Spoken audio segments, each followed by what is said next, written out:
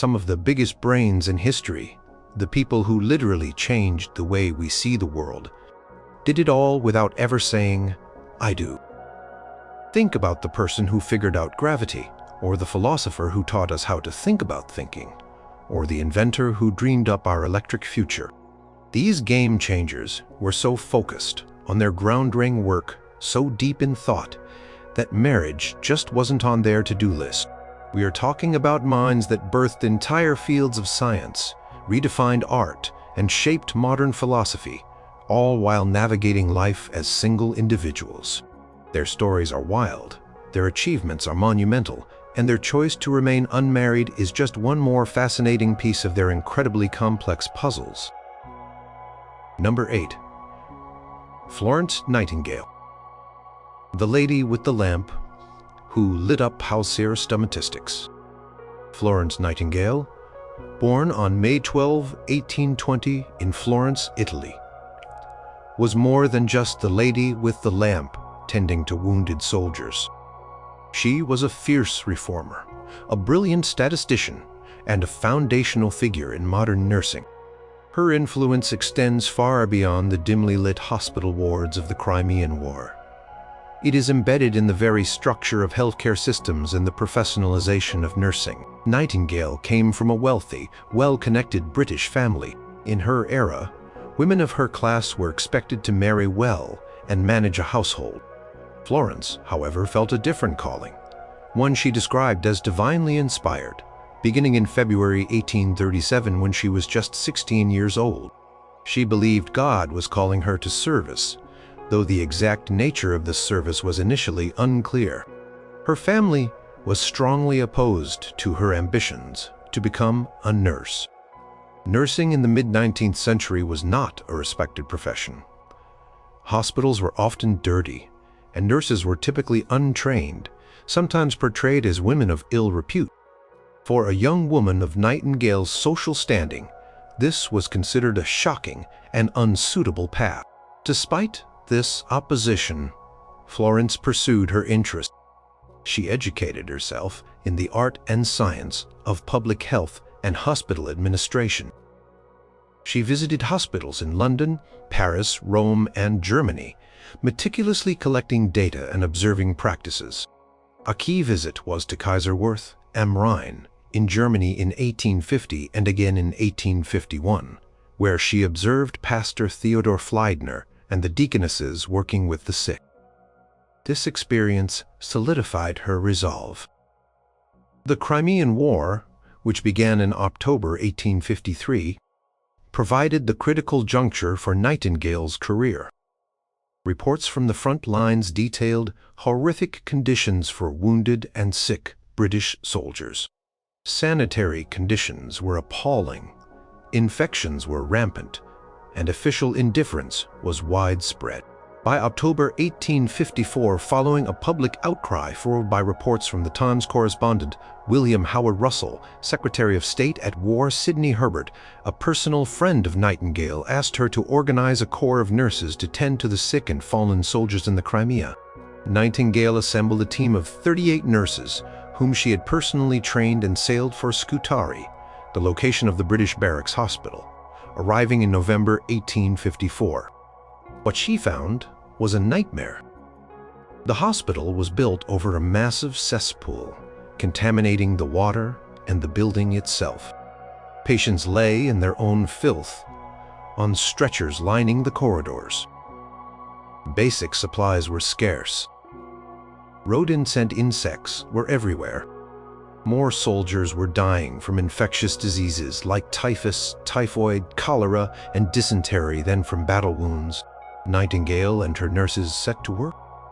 They cleaned the hospital from top to bottom, improved ventilation, and established a laundry.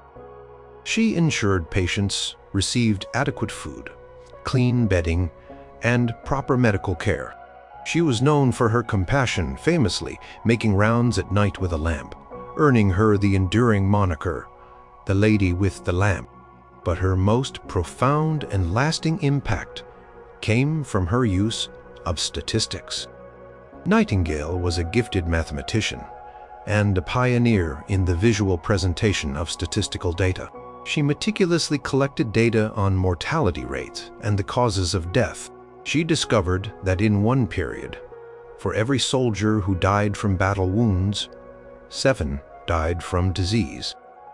She used this data to advocate for sanitary reforms, not just in the Crimea, but back in Britain. Her most famous statistical graphic was the diagram of the causes of mortality in the army in the East, a polar area diagram sometimes called a Nightingale Rose diagram. This innovative chart powerfully illustrated that the vast majority of deaths were from preventable diseases, not injuries.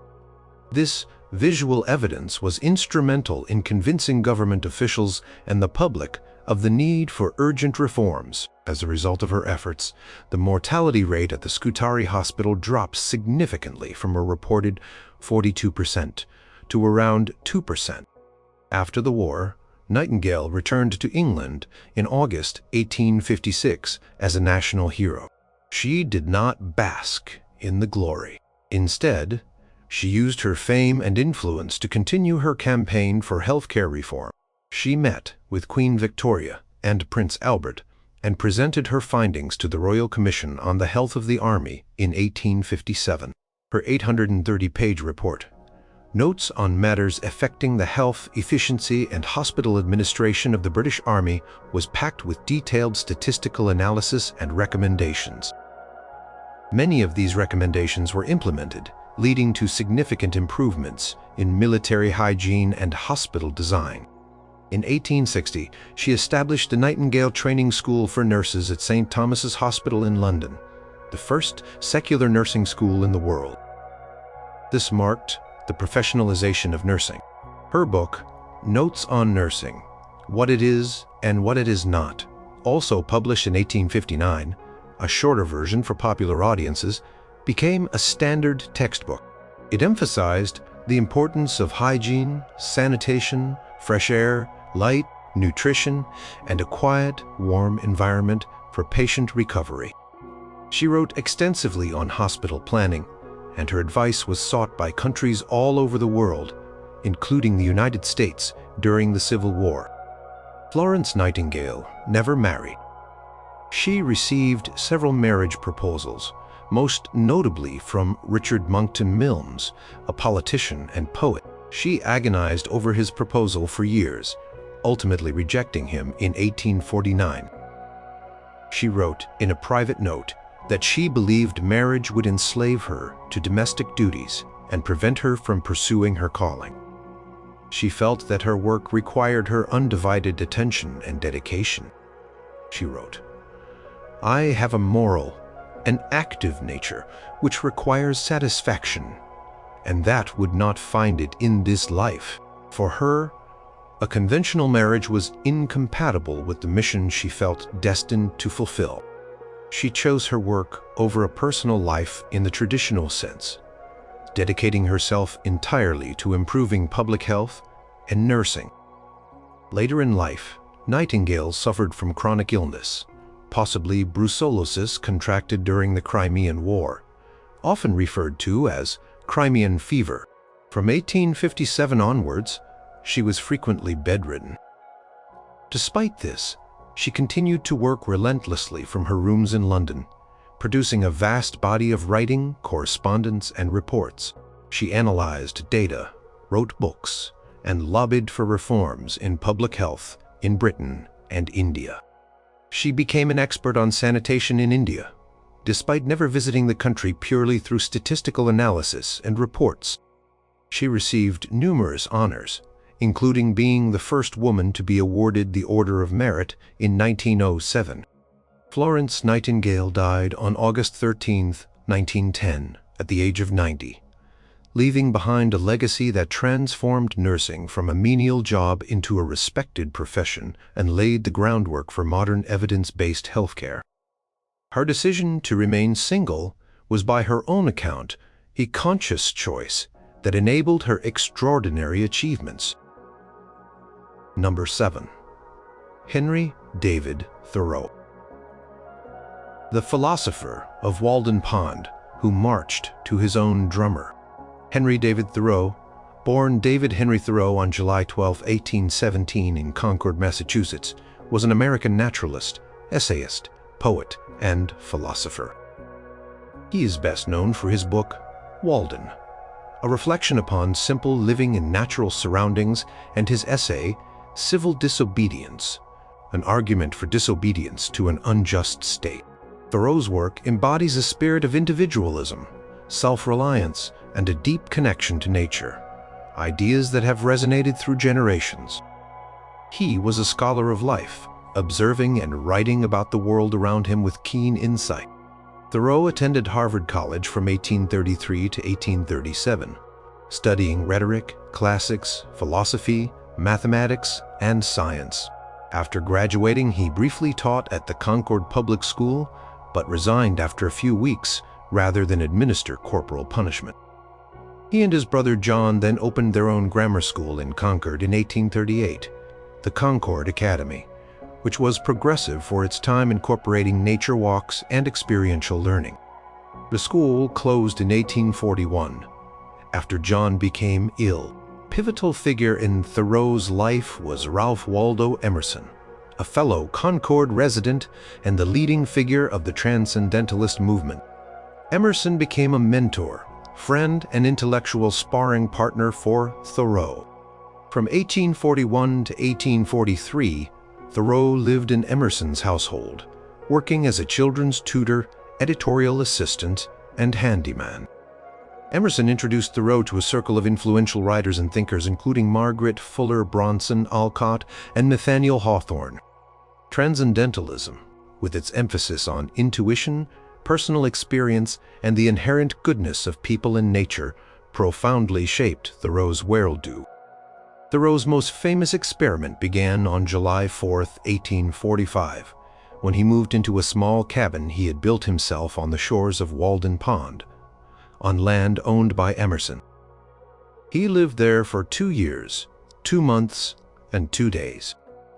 His purpose was not to be a hermit, but to conduct an experiment in simple living, to discover what was truly essential in life by stripping away the superfluous. He wrote in Walden, "I went to the woods because I wished to live deliberately, to front only the essential facts of life, and see if I could not learn what it had to teach, and not, when I came to die, discover that I had not lived." During his time at Walden, he supported himself by working as a surveyor, and by occasional labor, spending a great deal of time observing nature, writing in his journal, and reading. Walden, published in 1854, is a rich tapestry of observations about nature, critiques of contemporary society, and reflections on the human spirit. It is not a straightforward narrative, but a collection of essays structured around the changing seasons. The book sold modestly during his lifetime, but grew in stature to become an American classic. While living at Walden Pond, in July 1846, Thoreau was arrested and spent a night in jail for refusing to pay a poll tax. This tax, he believed, supported the Mexican-American War and the expansion of slavery, both of which he vehemently opposed. This experience prompted him to write his influential essay, Resistance to Civil Government, later published as Civil Disobedience in 1849. In it, he argues that individuals have a moral responsibility to resist unjust laws and government actions. He famously stated, "Under a government which imprisons any unjustly, the true place for a just man is also a prison." This essay has inspired figures like Mahatma Gandhi and Martin Luther King Jr. in their own struggles for justice and equality. Thoreau was a dedicated abolitionist. He delivered passionate speeches against slavery, sheltered fugitive slaves, and defended the radical abolitionist John Brown. His 1859 essay, A Plea for Captain John Brown, was a forceful defense of Brown's raid on Harper's Ferry. He also wrote extensively about nature, advocating for its preservation.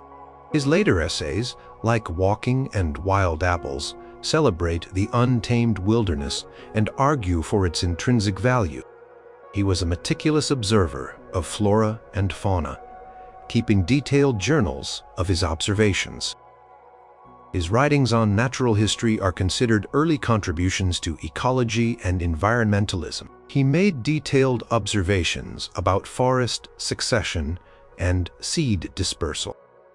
His journals, published posthumously, span thousands of pages and are a treasure trove of natural history and personal reflection. Henry David Thoreau never married and had no children. His personal life was relatively unadorned by romantic entanglements, at least as far as historical records show. There is some speculation about his feelings for Ellen Sewell, the sister of one of his students to whom both Henry and his brother John proposed marriage in 1840. Ellen's father disapproved, and she ultimately rejected both brothers. John's death from tetanus in 1842, after cutting himself while shaving, deeply affected Henry and is thought to have contributed to his introspective nature. Some biographers suggest Thoreau may have been more homosocial or even homoerotic in his affections, pointing to his deep friendships with men like Emerson and the Canadian woodchopper Alec Tarrant, whom he describes admiringly in Walden. However, these are interpretations, as Thoreau himself was very private about his emotional life. He seemed to view marriage and domestic life as potential impediments to his philosophical and naturalistic pursuits. In Walden, he writes, "The cost of a thing is the amount of what I will call life, which is required to be exchanged for it, immediately or in the long run." For Thoreau, the cost of marriage and a conventional family life may have seemed too high, demanding too much of the life he wished to dedicate to observation, writing, and independent thought. He valued his freedom and solitude immensely. His focus was on self-cultivation and a direct engagement with the fundamental questions of existence. Thoreau's health declined in his later years. He contracted tuberculosis in the 1830s, and his condition worsened after a severe bout of bronchitis in 1859. Despite his illness, he continued to write and revise his manuscripts. Henry David Thoreau died on May 6, 1862, in Concord, at the age of 44. His last words were reportedly moose and Indian. Though his published works were not widely popular during his lifetime, his influence grew steadily after his death. Today, he is recognized as a major American writer and thinker, a pioneer of environmentalism and a powerful advocate for individual conscience and civil disobedience. His choice to live a life largely unencumbered by traditional domestic ties allowed him the space and focus to create his unique and enduring body of work. Number 6. Baruch Spinoza. The lens-grinding philosopher excommunicated for his radical ideas. Baruch Spinoza, also known as Benedict de Spinoza, was born on November 24, 1632, in Amsterdam, Netherlands. He was a philosopher of Portuguese, Sephardic, Jewish origin, whose rationalist ideas laid groundwork for the 18th century Enlightenment and modern biblical criticism. His magnum opus, the posthumously published Ethics, in which he espoused a monistic view of God and nature, was highly controversial and influential. Spinoza lived a remarkably simple and intellectually courageous life, choosing scholarship and philosophical inquiry over societal acceptance and material comfort. Spinoza was raised in the Portuguese Jewish community of Amsterdam. His family were Marranos, Jews who had been forced to convert to Christianity in Portugal but secretly maintained their Jewish faith, later returning to Judaism upon reaching the more tolerant Netherlands. He received a traditional Jewish education, studying the Talmud and Jewish philosophy. However, his independent thinking and unorthodox views soon brought him into conflict with the community's religious authorities. He began to question traditional religious doctrines influenced by thinkers like René Descartes and the ancient Stoic philosophers. His critical examination of the Hebrew Bible, particularly the authorship of the Torah, was radical for its time. On July 27, 1656, at the age of 23, Spinoza was issued a cherem, a writ of excommunication, by the Talmud Torah congregation of Amsterdam. Cherem was exceptionally harsh, stating he was cursed by day and cursed by night, cursed in his lying down and cursed in his rising up. It forbade anyone from communicating with him, reading his writings, or coming within 4 cubits of him. The exact reasons for the excommunication are not explicitly stated in the writ, but they likely involved his questioning of the immortality of the soul, the divine authorship of the Torah, and the nature of God. This event marked a definitive break with his community and forced him to live a more isolated life. After his excommunication, Spinoza Latinized his first name to Benedictus, meaning blessed, the Latin equivalent of the Hebrew Baruch. He earned a modest living as a lens grinder, a highly skilled craft at the time, producing lenses for microscopes and telescopes. This trade allowed him intellectual independence, as he was not reliant on patronage from any religious or academic institution. However, the fine glass dust from lens grinding is believed to have contributed to the lung ailment that eventually led to his early death. He lived in various places in the Netherlands, including Rijnsburg, Voorburg, and finally, The Hague.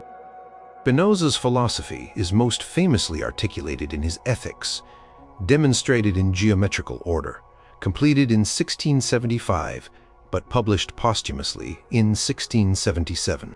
The work is written in a Euclidean deductive style, starting with definitions and axioms and proceeding to propositions and proofs. In it, Spinoza argues for a form of pantheism, or more accurately, panentheism. He posits that there is only one substance, which he calls God or nature, Deus sev natura.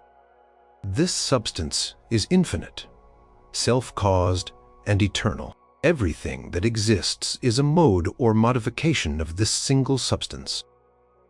Mind and matter are not two separate substances, as Descartes had argued, but two attributes of the one substance. This view challenged traditional Western conceptions of a transcendent personal God.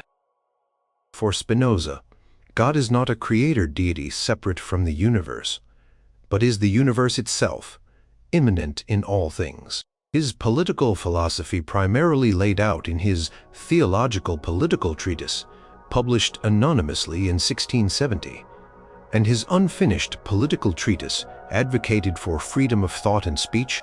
He argued that the state's power should be limited and that its primary function is to ensure peace and security, allowing individuals to live rationally and freely.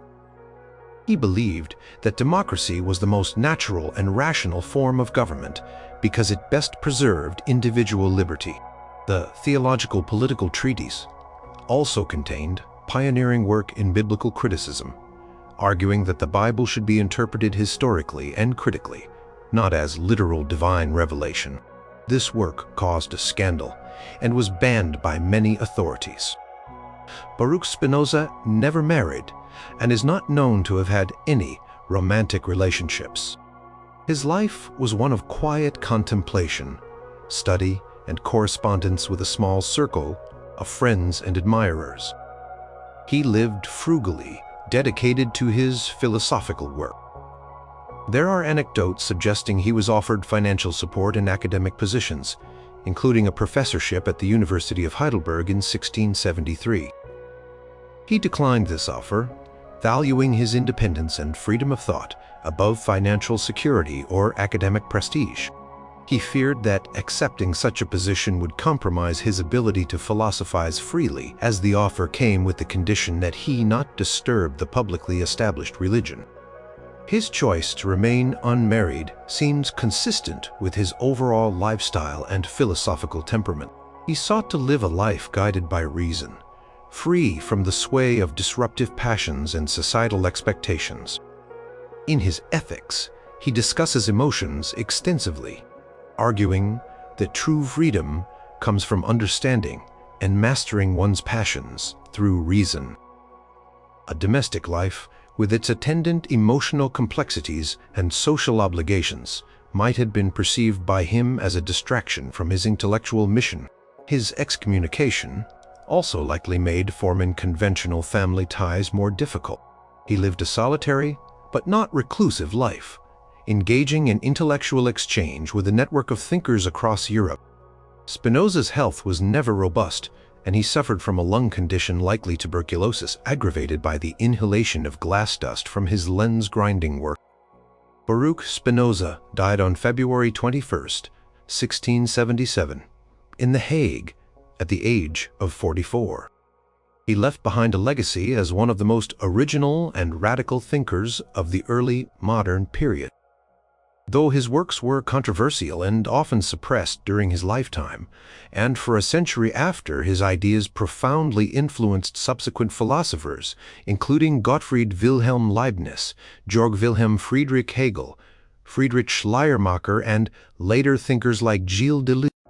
Albert Einstein famously expressed admiration for Spinoza's God, the impersonal, immanent deity. Spinoza's commitment to reason, intellectual freedom, and a life of philosophical integrity, pursued without the conventional structure of marriage, remains a testament to his singular dedication. Number 5. Blaise Pascal. The math whiz and religious thinker who bet on God. Blaise Pascal, born on June 19, 1623 in Clermont-Ferrand, France, was a child prodigy who grew into one of history's most brilliant mathematicians, physicists, inventors, writers, and Christian philosophers. His contributions spanned multiple fields, from laying the foundations for probability, theory, and projective geometry, to conducting pioneering experiments on atmospheric pressure and inventing an early mechanical calculator. Despite his wide-ranging genius and profound impact, Pascal lived a relatively short life, marked by intense intellectual pursuits and deep religious devotion, and he never married. Pascal's mother died when he was only 3 years old. His father, Étienne Pascal, a respected mathematician and local judge, took charge of his education. Étienne initially decided that Blaise should not study mathematics before the age of 15, fearing it would overstrain him and distract him from classics like Latin and Greek. However, Blaise's curiosity about geometry was insatiable. At the age of 12, he reportedly began to explore geometry on his own, even rediscovering Euclid's propositions without any books, famously proving that the sum of the angles of a triangle is 2 right angles. Astonished by his son's talent, Étienne relented and gave Blaise a copy of Euclid's Elements. By the age of 16, in 1640, Pascal had written a brilliant essay on conic sections known as Pascal's Theorem, which impressed even René Descartes, though Descartes initially suspected Étienne had written it. Around 1642, at the age of 19, to help his father with his laborious tax calculations, Pascal invented a mechanical calculator, the Pascaline. It was one of the first devices of its kind, capable of addition and subtraction through a series of interlocking gears and wheels. Though commercially not a huge success due to its expense and complexity, it was a remarkable feat of engineering. About 20 of these machines still exist. Pascal also made significant contributions to physics, particularly in the study of fluids and atmospheric pressure. Clarified the concepts of pressure and vacuum building on the work of Evangelista Torricelli. Pascal's experiments with barometers, famously conducted by his brother-in-law Florent Perrier atop the Puy de Dôme mountain in 1648, demonstrated that atmospheric pressure decreases with altitude. This work led to the SI unit of pressure being named the Pascal, Pa. He also formulated Pascal's principle, which states that pressure exerted anywhere in a confined, incompressible fluid is transmitted equally in all directions throughout the fluid. This principle is fundamental to hydraulics. In 1654, a correspondence with Pierre de Fermat, another leading mathematician, laid the groundwork for the mathematical theory of probability. This exchange arose from questions about gambling problems specifically the problem of points, how to divide the stakes in an unfinished game of chance. Their collaborative work on this problem established fundamental concepts of probability. Pascal's life took a profound turn on the night of November 23, 1654, an event he referred to as his second conversion, or Night of Fire. He experienced an intense religious vision that lasted for about 2 hours. He meticulously recorded this mystical experience on a piece of parchment, which he then sewed into the lining of his coat and carried with him for the rest of his life. This document, known as the Memorial, begins with the words, "Fire God of Abraham, God of Isaac, God of Jacob, not of the philosophers and scholars." This event deepened his Christian faith immeasurably and led him to associate with the Jansenist movement, a Catholic theological movement that emphasized original sin, human depravity, divine grace, and predestination, centered around the Port Royal convent. Following this experience, Pascal largely abandoned his scientific work to focus on theology and philosophy. He began writing his famous Lettres Provinciales, provincial letters, in 1656–1657, under the pseudonym Louis de Montaut. These 18 letters were a powerful defense of the Jansenist Antoine Arnauld against the Jesuits and a critique of casuistry, a method of ethical reasoning used by some Catholic theologians. The Lettres Provinciales are celebrated for their wit, elegant prose, and forceful arguments. And they had a significant impact on French literature and religious discourse. His most famous philosophical work is the Pensées, Thoughts, a collection of fragments and notes that he intended to assemble into a comprehensive defense of Christianity. It was published posthumously in 1670. Pensées contains Pascal's wager, a pragmatic argument for believing in God. Pascal argues that if one wagers that God exists and God does exist, one gains eternal life. If God does not exist, one loses nothing. However, if one wagers that God does not exist and God does exist, one suffers eternal damnation. Therefore, rational self-interest dictates belief in God. Pensées is a profound exploration of human nature, faith, reason, and the search for meaning. Blaise Pascal never married and is not known to have had any significant romantic attachments. His life was characterized by intense intellectual activity, chronic ill health, and particularly after 1654, a deep commitment to his religious faith. His frail health, which plagued him from childhood, likely contributed to his focused, almost ascetic lifestyle. He suffered from severe headaches, digestive problems, and other ailments. Some historians suggest that his physical suffering may have intensified his spiritual concerns. His sister, Jacqueline Pascal, became a nun at Port Royal, and Blaise himself, while never formally joining a religious order, lived a life of increasing austerity and devotion. He dedicated much of his later wealth to charity. For Pascal, particularly after his Night of Fire, worldly concerns, including perhaps marriage and family life, likely seemed secondary to the pursuit of spiritual truth and salvation. His energies were channeled into his intellectual and religious callings. Pascal's scientific work, though curtailed by his religious turn, was groundbreaking.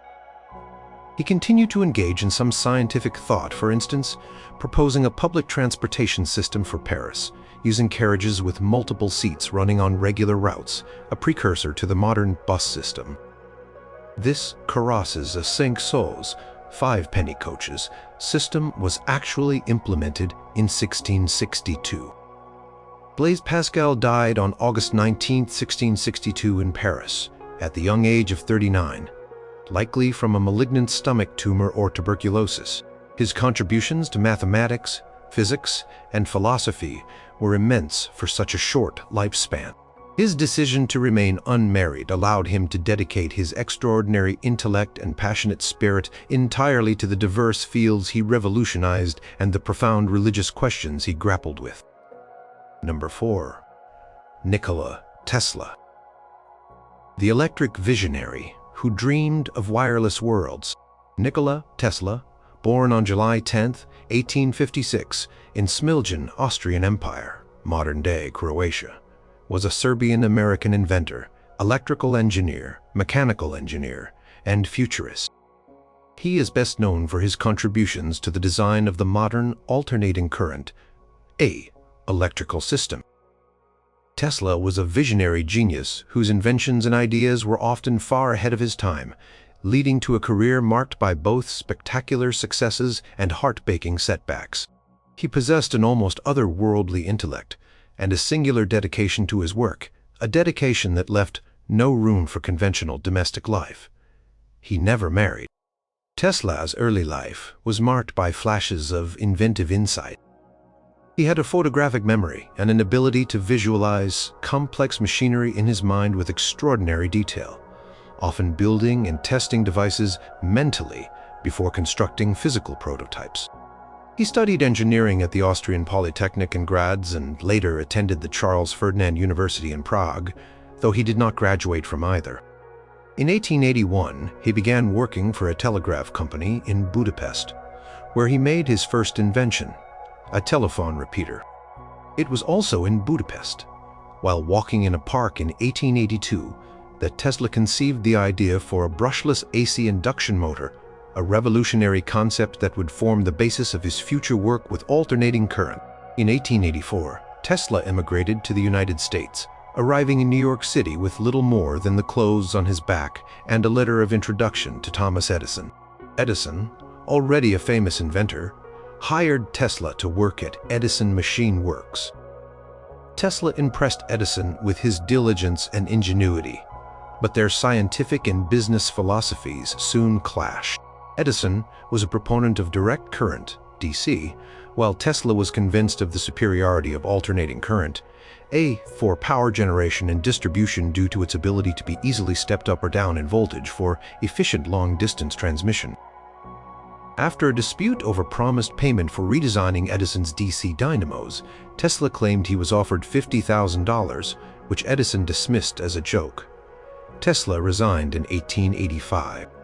After a brief period digging ditches to survive, Tesla found financial backers for the Tesla Electric Company in 1887. He developed and patented his H-induction motor and polyphase AC system. His patents were licensed by George Westinghouse, head of the Westinghouse Electric and Manufacturing Company, in 1888. This partnership set the stage for the war of the currents between Tesla Westinghouse and C. Edison. Edison launched a smear campaign against claiming it was dangerous, even publicly electrocuting animals with AC to demonstrate its supposed hazards. However, advantages for large-scale power distribution were undeniable. The decisive victory for came when Westinghouse, using Tesla's system, won the contract to illuminate the 1893 World's Columbian Exposition in Chicago, and later the contract to build the first hydroelectric power plant at Niagara Falls, which began transmitting power in 1896. This marked the beginning of the modern electrical age, powered by Tesla's technology. Tesla was a prolific inventor, holding around 300 patents worldwide. Beyond power, his work included experiments with high voltage, high frequency electricity. He invented the Tesla coil around 1891, an electrical resonant transformer circuit capable of producing extremely high voltages. He used Tesla coils in spectacular public demonstrations, lighting lamps wirelessly and creating artificial lightning. He pioneered work in X-rays radio waves. Though Guglielmo Marconi is often credited with inventing radio, Tesla's earlier work was fundamental: remote control. He demonstrated a radio-controlled boat in 1898, and fluorescent lighting. From 1899 to 1900, Tesla conducted experiments at his laboratory in Colorado Springs, focusing on wireless power transmission. He built a massive Tesla coil that produced millions of volts and artificial lightning bolts, up to 135 feet long, claimed to have detected signals from extraterrestrial sources, though this was met with skepticism. His ultimate dream was the Wardenclyffe Tower project, initiated around 1901 in Shoreham, Long Island. This was intended to be a global wireless communication and power transmission system. However, after his primary backer, J.P. Morgan, withdrew funding, reportedly when he realized free wireless power was not a profitable venture. The project collapsed in 1906, and the tower was eventually demolished in 1917. This was a devastating blow to Tesla. Nikola Tesla never married and was celibate throughout his adult life.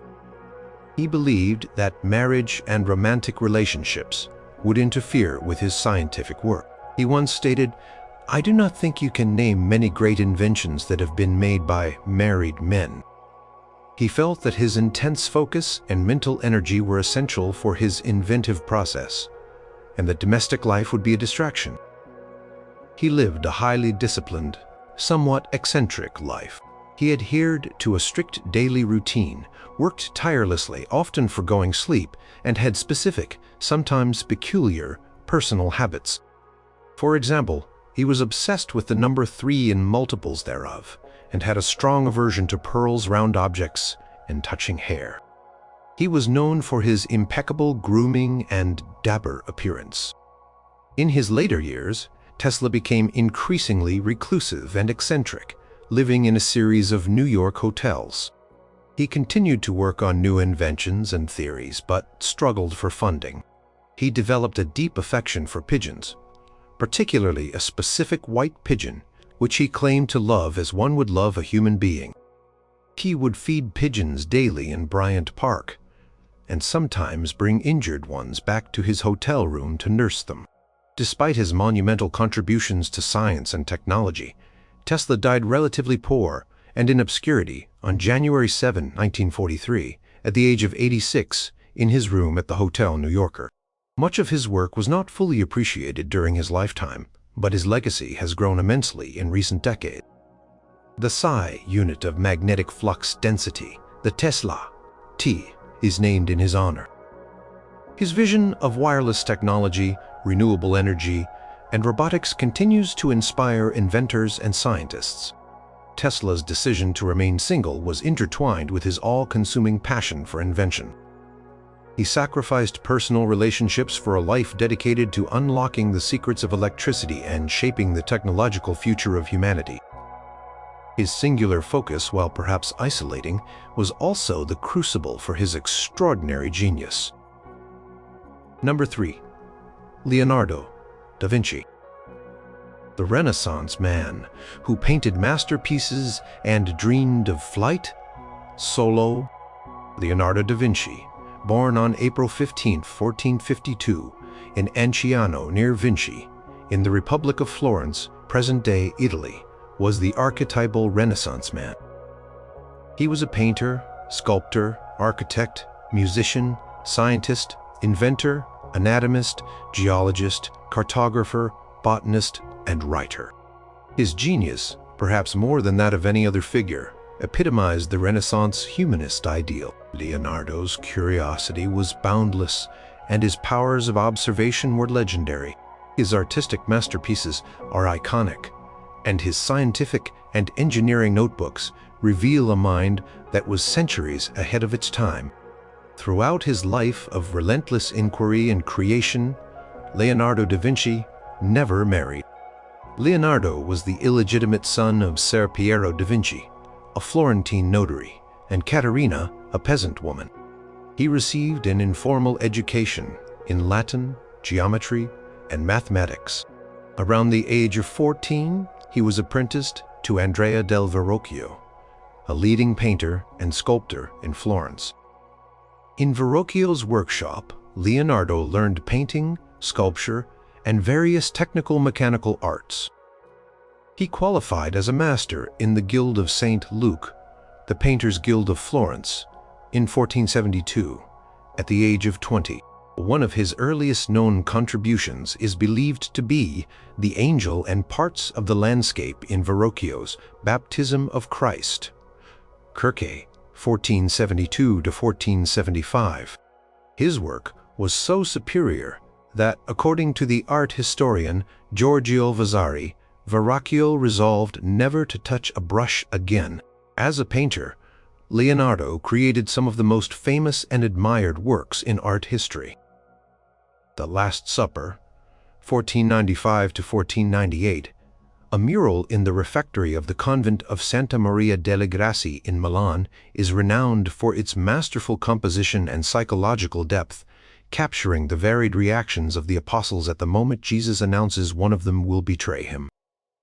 The Mona Lisa, circa 1503 to 1506, possibly continuing until 1517, housed in the Louvre Museum in Paris, is arguably the most famous painting in the world, celebrated for its enigmatic smile and Leonardo's pioneering use of sfumato, a technique of blurring sharp outlines by subtle blending of colors or tones. Other major works include Annunciation, circa 1472–1475, Virgin of the Rocks, 2 versions, circa 1483–1486, and the unfinished Saint Jerome in the Wilderness, circa 1480.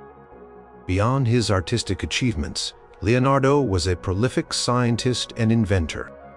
He filled thousands of pages of notebooks with meticulously detailed drawings and notes on a vast array of subjects. These notebooks, often written in mirror script, from right to left, are a testament to his insatiable curiosity. He made groundbreaking studies of human anatomy, based on dissections of human corpses, at a time when this was highly restricted. His anatomical drawings, such as a Vitruvian Man, circa 1490, which depicts the ideal human proportions, are both scientifically accurate and artistically beautiful.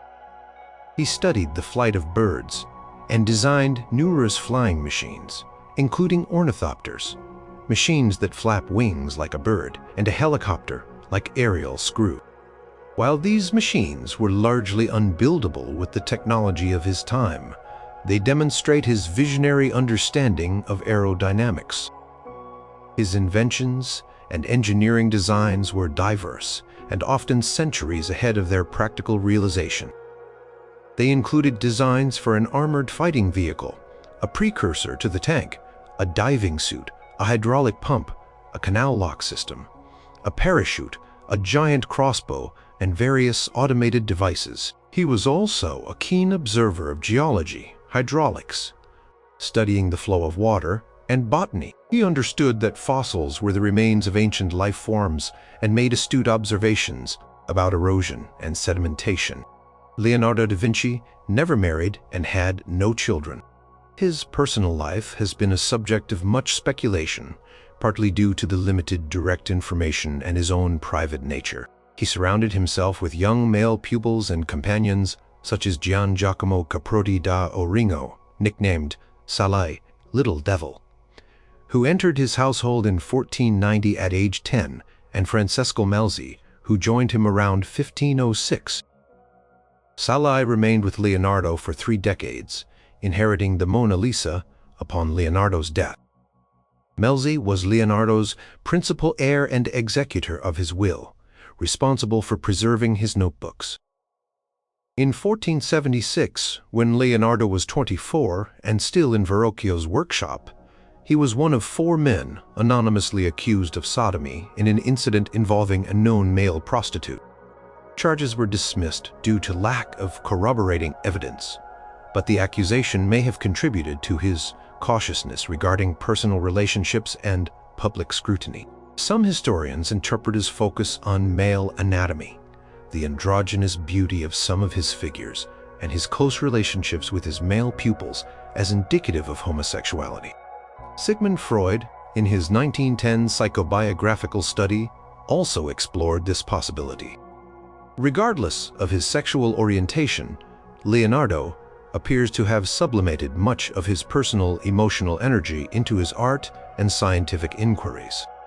He dedicated himself entirely to his work, often moving between patrons and cities, Florence, Milan, Rome, and finally France, always engrossed in multiple projects simultaneously.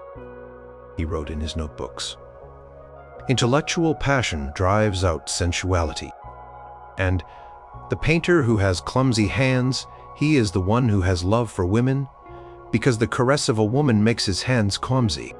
These statements suggest a belief that romantic or sensual entanglements could detract from the clarity and precision required for his artistic and scientific endeavors. His life was one of intense mental activity and observation. He once famously wrote, "Obstacles cannot crush me. Every obstacle yields to stern resolve. He who is fixed to a star does not change his mind." For Leonardo, his star was the pursuit of knowledge and beauty in all its forms. Leonardo spent the last 3 years of his life in France at the Château du Clos-Luce, near Amboise. As first painter, engineer, and architect to the king under Francis I. He died there on May 2, 1519, at the age of 67. According to Vasari, King Francis I was present at his deathbed, holding Leonardo's head in his arms. Leonardo da Vinci's legacy is immeasurable. He pushed the boundaries of human understanding in numerous fields. His decision to remain unmarried, whether due to personal inclination, societal pressures, or a conscious choice to prioritize his all-consuming intellectual and artistic passions, allowed him the freedom and focus to produce a body of work that continues to astonish and inspire nearly 5 centuries after his death. His notebooks alone constitute one of the most remarkable intellectual achievements of any single individual in history, a scholarly pursuit of epic proportions. Number 2. Immanuel Kant. Clockwork philosopher who revolutionized thought without leaving his hometown. Immanuel Kant, born on April 22, 1724, in Königsberg, Prussia, now Kaliningrad, Russia, was one of the most influential philosophers in the history of Western thought. His comprehensive and systematic work in epistemology, the theory of knowledge, metaphysics, ethics, and aesthetics profoundly reshaped modern philosophy. Kant lived an extraordinarily disciplined and routine life, famously never traveling more than a few miles from his hometown of Königsberg. He also never married, dedicating his existence entirely to his scholarly pursuits and the development of his ground-draining philosophical system. Kant's upbringing was modest. His father was a harness maker, and his parents were devout pietists, a Lutheran sect that emphasized inner piety, religious devotion, and strict morality. This religious background instilled in Kant a strong sense of duty and moral integrity, themes that would later feature prominently in his philosophy. He studied at the University of Königsberg, initially focusing on classics, but soon became interested in mathematics and physics, particularly the work of Isaac Newton.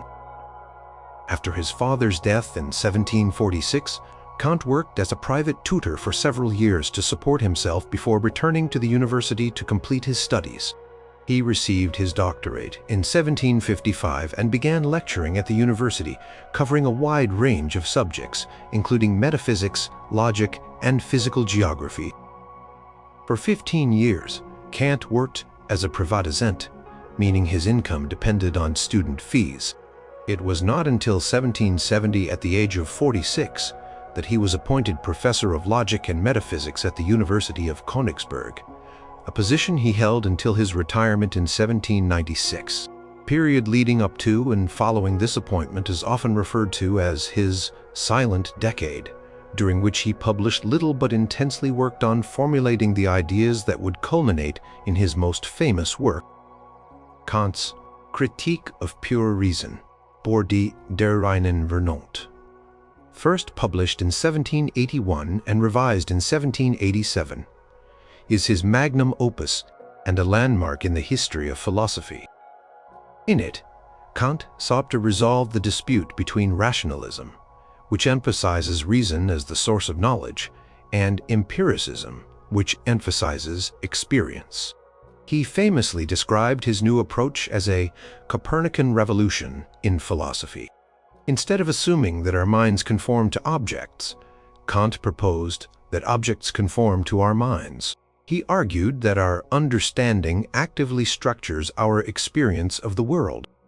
We can only know phenomena things as they appear to us, not noumena, or things in themselves, things as they are independently of our perception.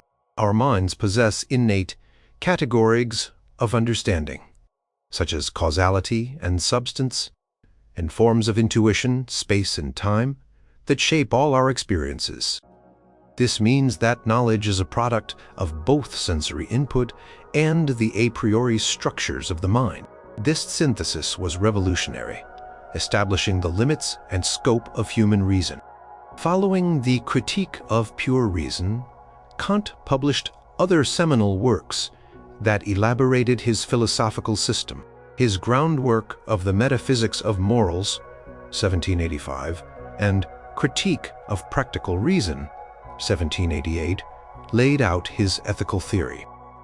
Central to Kantian ethics is the concept of the categorical imperative, a universal moral law that dictates how one ought to act. One formulation of the categorical imperative is, act only according to that maxim whereby you can at the same time will that it should become a universal law. Another is, act in such a way that you treat humanity, whether in your own person or in the person of any other, never merely as a means to an end, but always at the same time as an end. Kantian ethics is deontological, meaning it emphasizes duty and moral rules rather than consequences. His Critique of Judgment, 1790, dealt with aesthetics and teleology, the study of purpose in nature. In it, Kant explored the nature of aesthetic judgments, judgments of beauty, and the concept of purposefulness in the natural world. He also wrote influential essays on political philosophy such as What is Enlightenment, 1784, where he famously defined enlightenment as man's emergence from his self-imposed immaturity and encouraged individuals to dare to know. Sapperade individuals to dare to know. His Perpetual Peace, a philosophical sketch, 1795, proposed a federation of free states as a means to achieve lasting peace. Immanuel Kant never married and is not known to have had any intimate relationships. His life was one of legendary regularity and routine. It is said that the townspeople of Königsberg could set their watches by his daily afternoon walk, which he took at precisely the same time each day, along the same route. His biographer, Thomas de Quincey, colorfully described this clockwork precision. Kant was a small, frail man, but he maintained his health and productivity through a strict regimen of diet, exercise, and intellectual work. He rose early, typically around 5, and spent several hours preparing his lectures and writing, lectured at the university, then returned home for his main meal of the day, often with guests. He believed that social interaction was important for intellectual stimulation and well-being. After his walk, he would read and reflect before retiring for the night. There are a few anecdotes about potential romantic interests or considerations of marriage, but none materialized. One story tells of him twice considering marriage, but he deliberated so long that in one case the lady married someone else, and in the other, she moved away from Königsberg before he could make up his mind. Whether these stories are entirely accurate or apocryphal, they fit the popular image of Kant as a man so absorbed in his philosophical thoughts that practical personal matters took a distant second place. He seemed to have consciously chosen a life of celibacy and solitude to dedicate himself fully to his intellectual mission. His work required immense concentration and sustained effort over many decades. He viewed his philosophical inquiries as a profound duty, and any potential distractions, including the responsibilities and emotional demands of marriage and family, were likely seen as incompatible with this higher calling. His entire existence was structured around the pursuit of philosophical truth. Kant's influence on subsequent philosophy is difficult to overstate. He is a central figure in German idealism, which includes Hegel, Fichte, and Schelling, and his work has shaped virtually every area of philosophy, from epistemology and metaphysics to ethics, political theory, and aesthetics. Figures as diverse as Schopenhauer, Nietzsche, Wittgenstein, Heidegger, and Rawls engaged deeply with his ideas. Even today, Kant's writings are a cornerstone of philosophical education. Immanuel Kant died on February 12, 1804, in Königsberg, just short of his 80th birthday. His last words were, reportedly, "Es ist gut." It is good. He was buried in Königsberg Cathedral. His tomb, and later a mausoleum built next to the cathedral, became a shrine for philosophers and admirers. Kant's life, though outwardly uneventful and geographically confined, was an epic journey of the mind. His choice to remain unmarried was part and parcel of a life wholly devoted to constructing one of the most ambitious and enduring philosophical systems ever conceived. The sheer volume and complexity of his scholarly output, over 7,000 pages in the Standard Academy edition of his works, attest to a singular focus that a different kind of personal life might not have permitted. Number 1. Sir Isaac Newton. The genius who unlocked gravity and calculus all while single. Sir Isaac Newton, born prematurely on January 4, 1643, or December 25, 1642 by the Julian calendar, then in use in England, in Woolsthorpe, Lincolnshire, England, was a physicist, mathematician, astronomer, natural philosopher, alchemist, and theologian. He is widely recognized as one of the most influential scientists of all time and a key figure in the scientific revolution. His book, Philosophiae Naturalis Principia Mathematica, Mathematical Principles of Natural Philosophy, first published in 1687, laid the foundations for classical mechanics, described universal gravitation, and derived Kepler's laws of planetary motion. Newton also made seminal contributions to optics and shares credit with Gottfried Wilhelm Leibniz for developing infinitesimal calculus. Throughout his long and extraordinarily productive life, Isaac Newton never married and is not known to have had any romantic relationships. Newton's early life was challenging. His father, also named Isaac Newton, died 3 months before he was born. When Isaac was 3, his mother, Hannah Ayscough, remarried and left him in the care of his maternal grandmother. This separation is believed by some biographers to have had a profound psychological impact on him, possibly contributing to his later reserved and often suspicious nature. He attended the King's School in Grantham before being recalled to the family farm at Woolsthorpe in 1659, with the expectation that he would become a farmer. However, he showed no aptitude or interest in farming. Henry Stokes, the master at the King's School, persuaded his mother to send him back to school to prepare for university. In 1661, Newton entered Trinity College, Cambridge. At that time, the university's curriculum was based on Aristotle, but Newton also studied the more advanced ideas of modern philosophers like René Descartes and astronomers like Galileo Galilei, Nicolaus Copernicus, and Johannes Kepler. He received his bachelor's degree in August 1665. Shortly thereafter, the university closed temporarily as a precaution against the Great Plague. Newton returned to Woolsthorpe for nearly 2 years, from 1665 to 1667.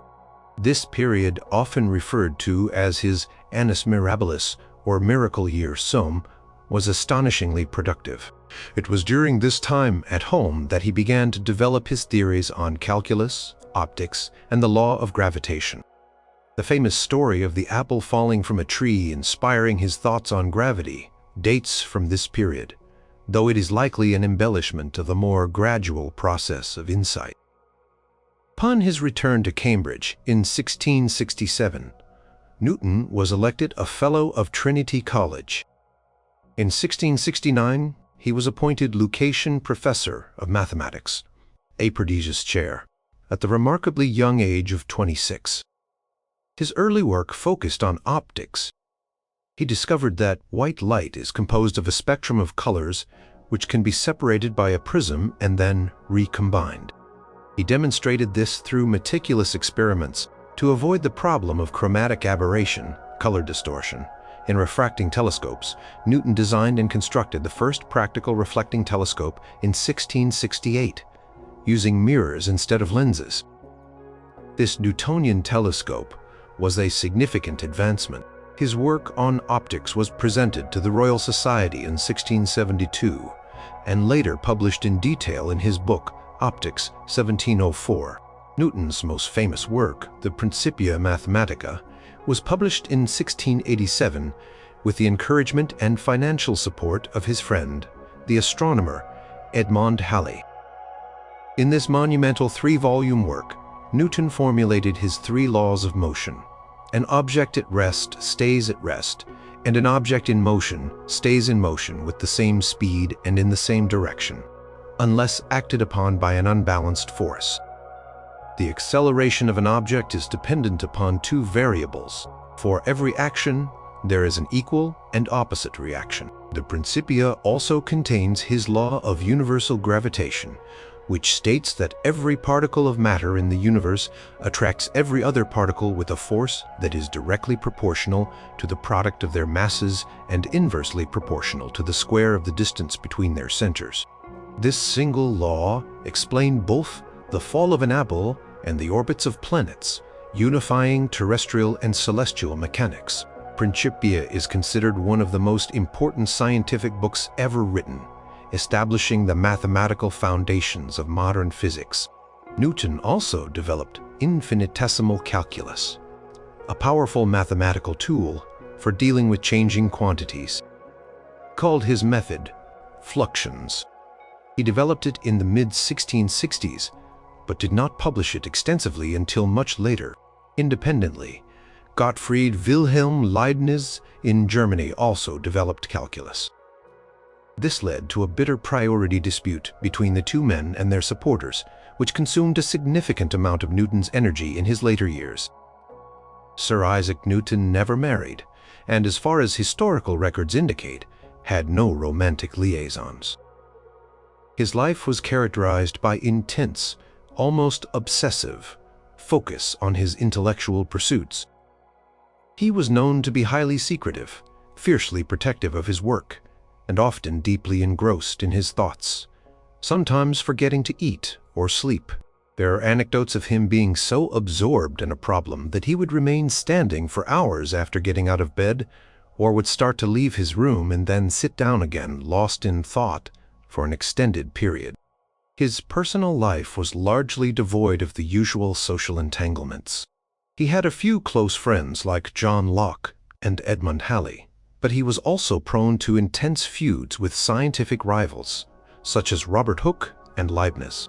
Some biographers suggest Newton may have had what would now be considered an autistic spectrum disorder, or Asperger's syndrome, citing his social awkwardness, difficulty with relationships, obsessive interests, and adherence to routine. Others suggest his early childhood experiences and his intense religious convictions contributed to his solitary nature. Newton was a devout, albeit unorthodox Christian. He wrote extensively on theology, biblical prophecy, and alchemy, pursuits to which he dedicated as much, if not more time, than to his work on physics and mathematics. He believed that alchemy could reveal secrets about God's creation. These alchemical and theological writings, numbering over 1 million words, were largely kept private during his lifetime due to their controversial nature. He rejected the doctrine of the Trinity, for example, which was heretical. For Newton, his scientific, alchemical, and theological studies were all part of a single quest to understand God's universe. Marriage and family life would likely have been seen as significant distractions from this all-consuming quest. His entire being was dedicated to intellectual labor. In his later years, Newton moved to London. In 1696, he was appointed Warden of the Royal Mint, and in 1699, Master of the Mint. He took these duties very seriously, reforming the currency and prosecuting counterfeiters. He was knighted by Queen Anne in 1705. He also served as president of the Royal Society from 1703 until his death, wielding considerable influence over British science. Sir Isaac Newton died in his sleep in London on March 31, 1727, or March 20th, 1726-27, by the Julian calendar, at the age of 84. He was buried with great honor in Westminster Abbey. Voltaire, who was in London at the time of Newton's funeral, was deeply impressed by the respect shown to a scientist. Newton's legacy is monumental. He fundamentally changed humanity's understanding of the physical world, providing a coherent mathematical framework that reigned supreme for over 2 centuries until the advent of Einstein's theories of relativity and quantum mechanics. His choice to remain unmarried was consistent with a life of unparalleled intellectual dedication, a life in which the universe itself was his primary focus of engagement. The sheer scale of his scholarly achievements, revolutionizing multiple fields of science and mathematics, speaks to a concentration of mind and effort that left little room for the conventionalities of personal life.